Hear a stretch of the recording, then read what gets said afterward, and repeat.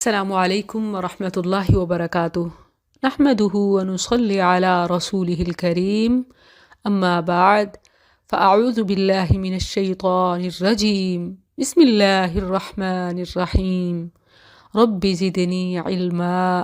الحمدللہ قرآن کا 1/3 یعنی 10 پارے مکمل کر لینے کے بعد آج دورہ قرآن کلاس میں پارہ نمبر 11 یعتذرون پڑھ رہے ہیں۔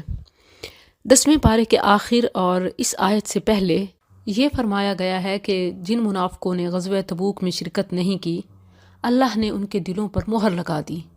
اب یہ جہاد کی فضیلت اور دین کی حقیقت کو نہیں جان سکتے، لہٰذا یہ لوگ آپ کی واپسی پر معذرت کریں تو ان کی معذرت قبول نہ کی جائے۔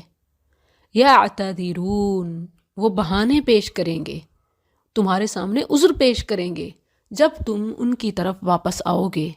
کہہ دے عذرت مت کرو، بہانے مت تراشو، ہم ہرگز تمہارا یقین نہ کریں گے، بے شک اللہ ہمیں تمہاری کچھ خبریں بتا چکا ہے اور عنقریب اللہ تمہارا عمل دیکھے گا اور اس کا رسول بھی، پھر تم ہر پوشیدہ اور ظاہر چیز کو جاننے والے کی طرف لوٹائے جاؤ گے تو وہ تمہیں بتائے گا جو کچھ تم کرتے رہے تھے۔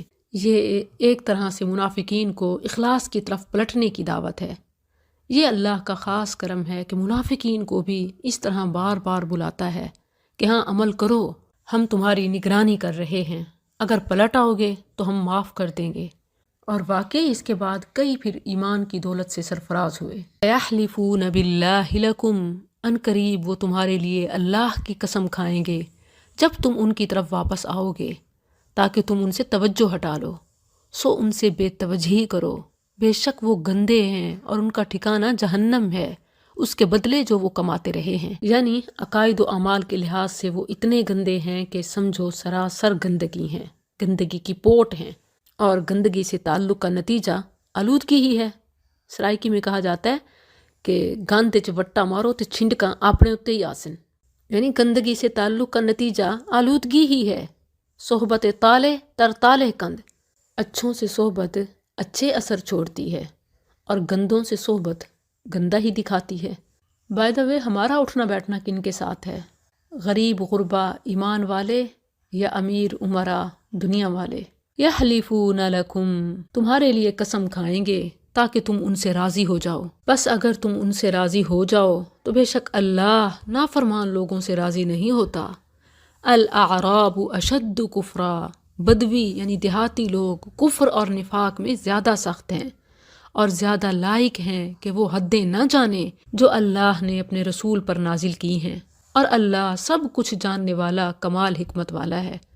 یاد رہے کہ جس طرح 5 انگلیاں برابر نہیں ہوتی، ایسے ہی شہری دیہاتی بھی سارے ایک جیسے نہیں ہوتے۔ ہاں البتہ علم کی کمی، دل کی سختی اور پرانی روایات کی پختگی دیہاتیوں میں زیادہ ہوتی ہے۔ اب یہاں پہلے ان لوگوں کا ذکر ہو رہا ہے جو دیہات میں رہنے والے دلوں کے سخت دین سے دور ہیں، اور پھر شہروں میں رہنے والے بھی دنیا دار دین سے دور لوگوں کی مذمت ہے۔ مسند احمد میں عبداللہ بن عباس رضی اللہ عنہما سے مروی ایک حدیث ہے، رسول اللہ صلی اللہ علیہ وسلم نے فرمایا، جو دیہاتی علاقوں میں رہائش رکھے وہ سخت دل ہو جاتا ہے، جو شکار کے پیچھے لگ جائے وہ غافل ہو جاتا ہے، اور جو بادشاہ کے پاس آئے وہ آزمائش میں ڈال دیا جاتا ہے۔ وَمِنَ الْأَعْرَابِ، اور بدویوں میں سے کچھ وہ ہیں جو کچھ خرچ کرتے ہیں اسے تاوان سمجھتے ہیں۔ مغرمہ، چٹی، تاوان۔ مغرم یہ جرمانے کے معنی میں بھی آتا ہے، تاوان کے معنی میں بھی آتا ہے، قرض کے معنی میں بھی آتا ہے، اور قرض خواہ کو غریم بھی کہا جاتا ہے، اور غرام کا معنی بھی چمٹنا، لازم ہونا ہے۔ تاوان بھی لازم ہو جاتا ہے اور قرض خواہ بھی جان نہیں چھوڑتا، تو دونوں کے لیے یہ لفظ استعمال ہوا ہے۔ سورہ فرقان میں ہے ان عذابہا کان غراما، کہ اس کا عذاب ہمیشہ چمٹ جانے والا ہے۔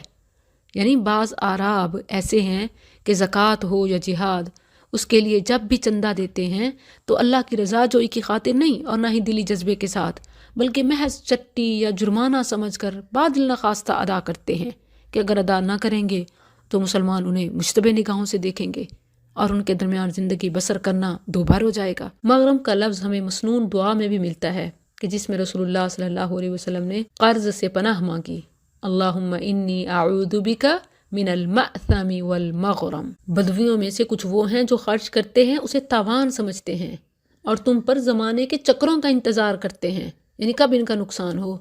برا چکر انہی پر ہے، اور اللہ سب کچھ سننے والا، سب کچھ جاننے والا ہے۔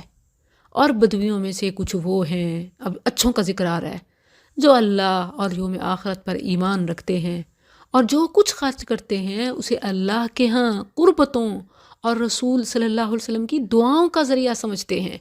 سن لو، بے شک وہ ان کے لیے قرب کا ذریعہ ہے، ان قریب اللہ انہیں اپنی رحمت میں داخل کرے گا، بے شک اللہ بے حد بخشنے والا، نہایت رحم والا ہے۔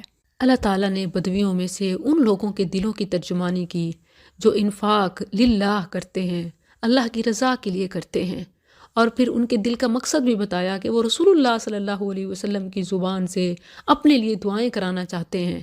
یہی وجہ ہے کہ اس آیت کے نازل ہونے کے بعد عبداللہ بن اوفا رضی اللہ عنہما بیان کرتے ہیں کہ جب کوئی گروہ رسول اللہ صلی اللہ علیہ وسلم کے پاس صدقہ لے کر آتا تو آپ اس کے لیے دعا کرتے ہوئے کہتے، اللہم صلی علی فلاں، اے اللہ فلاں پر تو رحم فرما۔ عبداللہ بن اوفا رضی اللہ عنہما فرماتے ہیں کہ جب میرے والد زکوٰۃ لے کر رسول اللہ صلی اللہ علیہ وسلم کے پاس پہنچے تو آپ نے انہیں دعا دیتے ہوئے فرمایا، اللہم صلی علی آل ابی اوفا، اے اللہ ابو اوفا کی آل پر رحم فرما، یعنی صرف دینے والے کو ہی نہیں بلکہ دینے والوں کی اولاد کے حق میں بھی دعا کرنا۔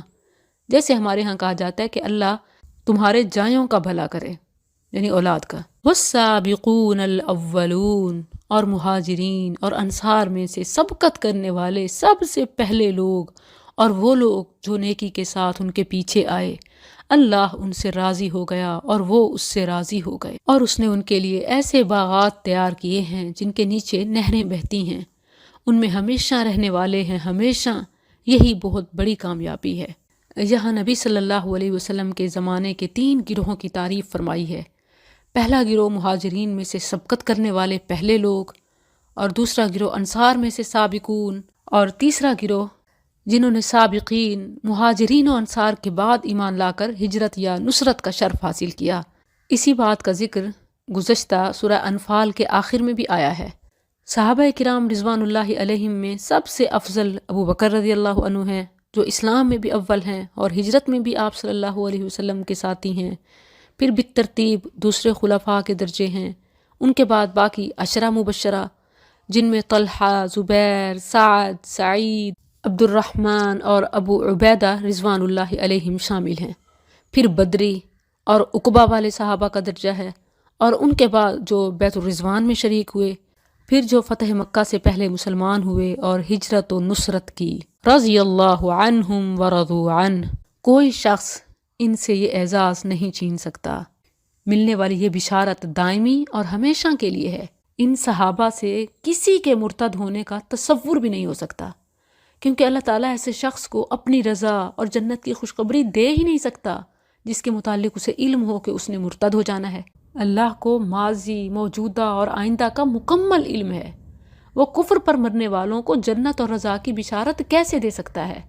پھر کتنے بدبخت اور لعنتی ہیں وہ لوگ جو ان حضرات کے خلاف عموماً اور ان میں سے افضل ترین اور رسول اللہ صلی اللہ علیہ وسلم کے محبوب ترین ہستیوں ابو بکر و عمر رضی اللہ عنہما اور آپ صلی اللہ علیہ وسلم کی ازواج مطہرات امہات المؤمنین رضی اللہ عنہن، جو ہجرت و نصرت کا شرف بھی رکھتی ہیں، ان کے خلاف زبان درازی، سب و شتم، تہمت تراشی اور تبرہ بازی کا مظاہرہ کرتے رہتے ہیں اور انہیں برے القاب سے یاد کرتے ہیں۔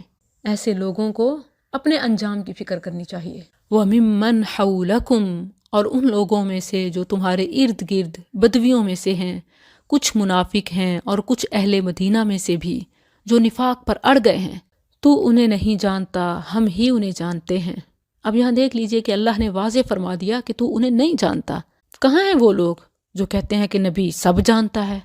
اللہ نے تو فرمایا اے نبی تو انہیں نہیں جانتا، ہم ہی انہیں جانتے ہیں۔ ان قریب ہم انہیں 2 بار عذاب دیں گے، پھر وہ بہت بڑے عذاب کی طرف لوٹائے جائیں گے۔ 2 بار یعنی دنیا میں بھی غم بھی اور فکر بھی، اور اسی طرح آخرت میں بھی فی الدرک الاسفل۔ وآخرون اعترفوا، اور کچھ دوسرے ہیں جنہوں نے اپنے گناہوں کا اقرار کیا، انہوں نے کچھ عمل نیک اور کچھ دوسرے برے ملا دیے۔ قریب ہے کہ اللہ ان پر پھر مہربان ہو جائے، یقیناً اللہ بے حد بخشنے والا نہایت رحم والا ہے۔ یہاں عام مسلمانوں کا ذکر ہے کہ جن کے صالح اعمال بھی ہیں اور کچھ اعمال سجیہ بھی۔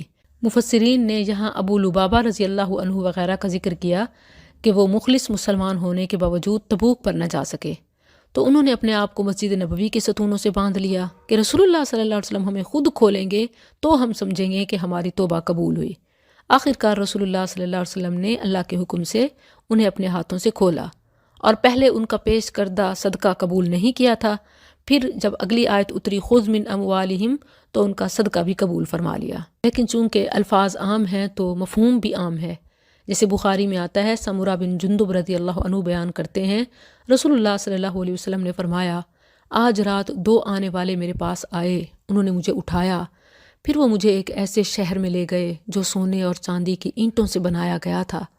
وہاں میں نے کچھ لوگوں کو دیکھا جن کا نصف بدن سب سے زیادہ خوبصورت شخص کی طرح تھا جو تم دیکھنے والے ہو، اور نصف اس بدترین شخص کی طرح تھا جو تم دیکھنے والے ہو۔ یعنی لوگوں میں سے جیسے کچھ بہت خوبصورت ہوتے ہیں تو ان کی ہاف باڈی ان کی طرح تھی، اور جیسے جو بہت ہی کم شکل و صورت کے ہوتے ہیں تو ہاف باڈی ان کی طرح تھی۔ نبی صلی اللہ علیہ وسلم نے ایسے ایک گروہ کو دیکھا۔